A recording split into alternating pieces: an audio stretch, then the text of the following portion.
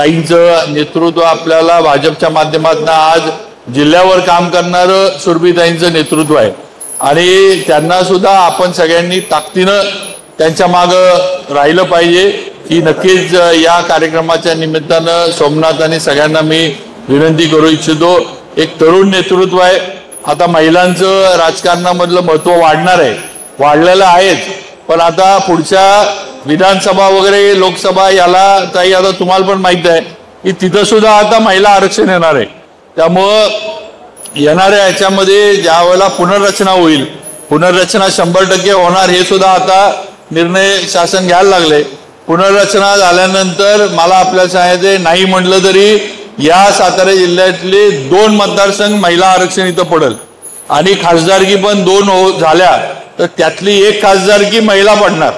त्यामुळे महिलांचं महत्त्व जे आहे हे जिल्ह्याच्या राजकारणात पण फार मोठ्या प्रमाणावर वाढणार आहे हे आपण लक्षात ठेवलं पाहिजे। आणि म्हणून आज ज्यांना वारसा आहे, ज्यांना एक ओळख आहे, प्रतापराव भाऊंच्या आज हे त्या कुटुंबाचा वारसा ताईंना आहे हे आपण सगळेजण जाणतो।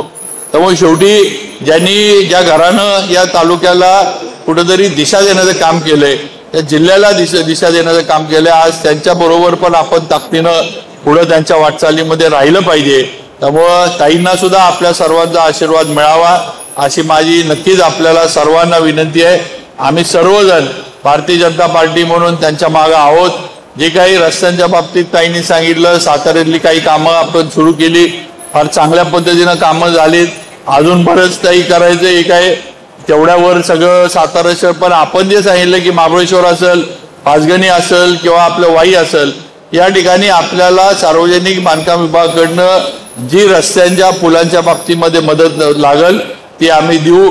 आम्हाला जिल्ह्याला किंवा मी असेल, जयकुमार गोरे साहेब आहेत, आम्ही दोघंही मंत्री म्हणून काम करतोय आणि आम्हाला स्पष्ट सूचना मुख्यमंत्र्यांकडनं आहेत की आपल्या भाजपच्या पदाधिकाऱ्यांच्या ज्या मागण्या असतील त्या तातडीनं पूर्णत्वाला कशा नेता येतील ते मंत्र्यांनी त्यांच्या जिल्ह्यामध्ये बघितलं पाहिजे।